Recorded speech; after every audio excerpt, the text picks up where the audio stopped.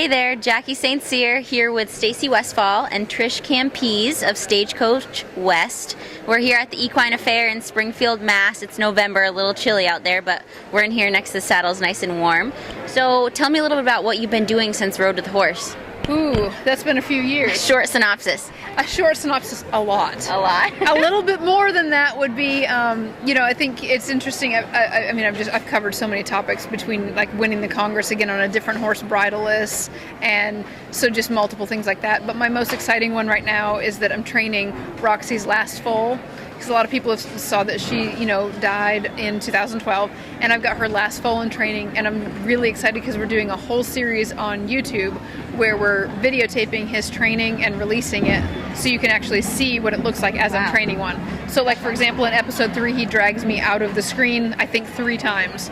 So it's just kind of fun, and hopefully someday that you'll be able to watch episode 100 where I'm riding him bareback and bridleless, and episode 3 where he's dragging me out of the screen. Well, I think it's good for people to see that even with a professional horseman like you, it's not all sugar and lollipops. Like, there are bad days, there's good days, there's changes and everything. So that's good for people to see. That's the feedback that we've been getting is, thank you. I was starting to question my sanity. I didn't know if this really happened to professionals. And I'm like, it does. Now it can't go on forever, but you're going to see some of this. Trish, do you do a lot of riding yourself, or do you just work? I try to, yes. What do you do mostly? Oh, I like the show horses, but I have a couple young ones myself that I like kind of playing around with. So, tell me a little bit about Stagecoach West. Your dad used to own it, and now I hear it's you and your sister? Me and my sister do own the store now. He's still very involved. He's what we call our PR man.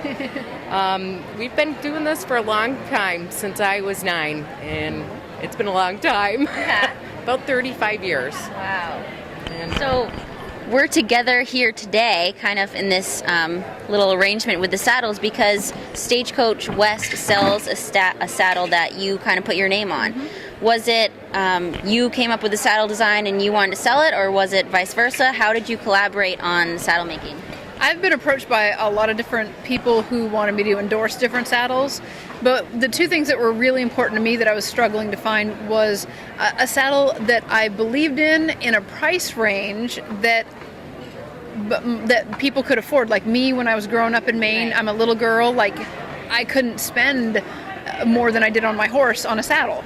And so I wanted a saddle in the right price range, and I wanted something that I believed in that would hold up, and then I wanted something where the people who were selling it, because I'm not carrying them personally, so Trish does it, that somebody who would stand behind it, where the customer could ask questions about the saddle fit and all this different stuff. And so I found all of those in Stagecoach West. Nice. So it was the perfect fit for me. That's awesome. Do you find a stampede of people coming over after Stacy does her demo? Definitely. Yes, we do.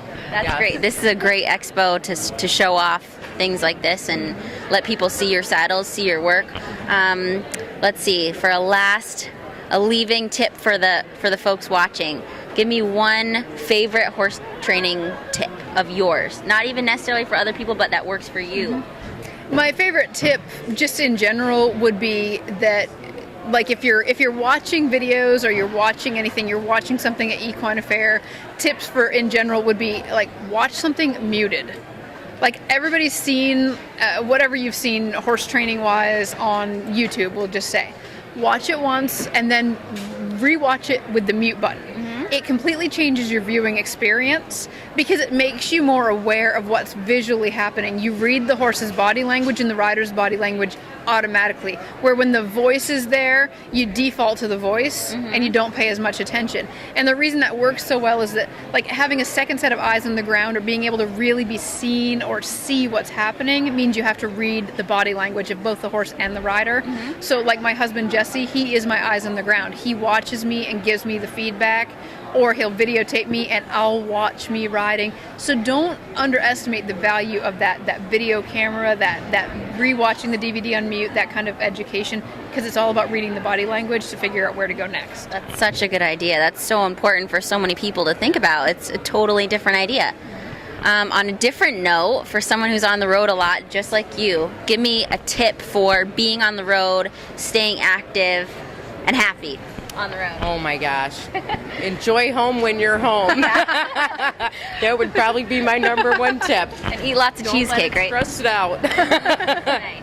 I'm sure you appreciate that. Don't get stressed out. Have fun. Well, thank you so much, ladies, for meeting with us. I know this was short, but Stacy and Trish are very busy ladies, so we have to kind of hurry it along here. But thanks for watching.